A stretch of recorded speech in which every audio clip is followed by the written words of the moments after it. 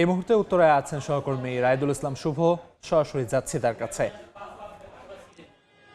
সবশেষ খবর পাওয়া পর্যন্ত এখন পর্যন্ত 5 জনের মৃতদেহ উদ্ধার করা হয়েছে এই অগ্নিকাণ্ড ঘটনা থেকে। এবং আমরা যেমনটা জেনেছি যে গত সকাল 8টার কিছু সময় আগে কিন্তু হচ্ছে এই অগ্নিকাণ্ডের ঘটনাটি ঘটে। এবং যেই সময়টিতে ঘটে আছে যেহেতু ছুটির দিন ছিল, যে কারণে আসলে সকলেই সেই ভবনটিতে অবস্থান করছিল এবং সকল দরজা জানলা বন্ধ থাকায় ধারণা করা হচ্ছে, ফায়ার সার্ভিস ধারণা করছে সেই জায়গা থেকে এই আগুন লাগা বা আগুন দ্রুত ছড়িয়ে পড়া বা আগুনের সেই ভবন থেকে বের হতে না পারার কারণটা আসলে এই দরজা জানলা বন্ধ থাকার কারণে আসলে কেউ বের হতে পারেনি বলে আসলে আশঙ্কা করা হচ্ছে। এখন পর্যন্ত যে 5 জনের মধ্যে একই পরিবারের 3 জনের মৃতদেহ খবর আমরা পেয়েছি। তার মধ্যে 2 জন দম্পতির একজন সন্তান আমরা যতটুকু জানতে পেরেছি যে সেই 3 জন একই পরিবারের 3 জন এবং আরও 2 জনের মৃতদেহ উদ্ধার করা হয়েছে।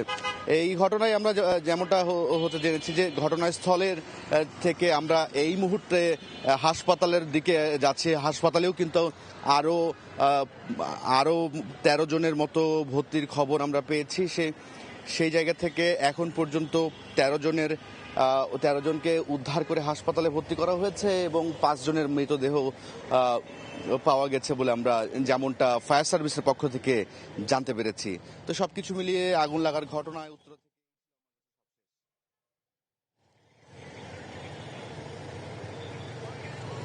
এবং এই যদি কথা বলতে চাই এখানকার ঘটনায় আরও কিছু ঘটনা কিন্তু এখানে যুক্ত হয়েছে। একই পরিবারের 3 জনের খবর যেমনটা বলছিলাম, তাদের মধ্যে আমরা তার এক কথায় যেই পরিবারের যিনি ছেলে ছিলেন, পুরুষ ছিলেন, তার ভাই শাওনের কাছ থেকে আমরা যেমনটা জানতে পেরেছি এবং তার কাছ থেকে যেমনটা জানতে পেরেছি যে এই ঘটনায় তারা 2 জনই চাকরিজীবী ছিলেন এবং আজকে যেহেতু ছুটির দিন, যে কারণে তাদের যে 2 জন বাচ্চা, সেই বাচ্চাকে নানির বাসায় থাকতো এবং সকালের দিকে গতকালকে রাতে ছোট বাচ্চাটিকে নিয়ে তারা কিন্তু বাসায় ফিরেছিলেন ছুটির দিন উপলক্ষে।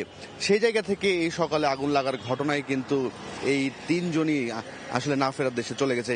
এই দুর্ঘটনায় এখন পর্যন্ত এই আগুন লাগার কারণটা কি তেমনভাবে কিন্তু ফায়ার সার্ভিসের কাছে কোনো তথ্য পাওয়া যায়নি। তবে তারা তদন্ত করছে, তদন্ত করে হয়তোবা এই বিষয়টি জানা যাবে যে আগুন কিভাবে লেগেছিল।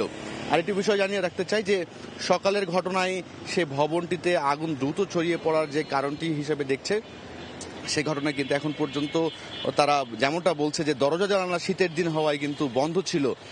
সেই কারণে আসলে আগুনের এতটা তীব্রতা ছিল, সেই তীব্রতা থেকে কিন্তু কেউই বেরোতে পারেনি বলে যেমনটা ফায়ার সার্ভিসের পক্ষ থেকে বলা হচ্ছিল। তো সবকিছু মিলিয়ে এই ছিল আমার কাছে সবশেষ। সরাসরি যুক্ত ছিলাম উত্তরায়।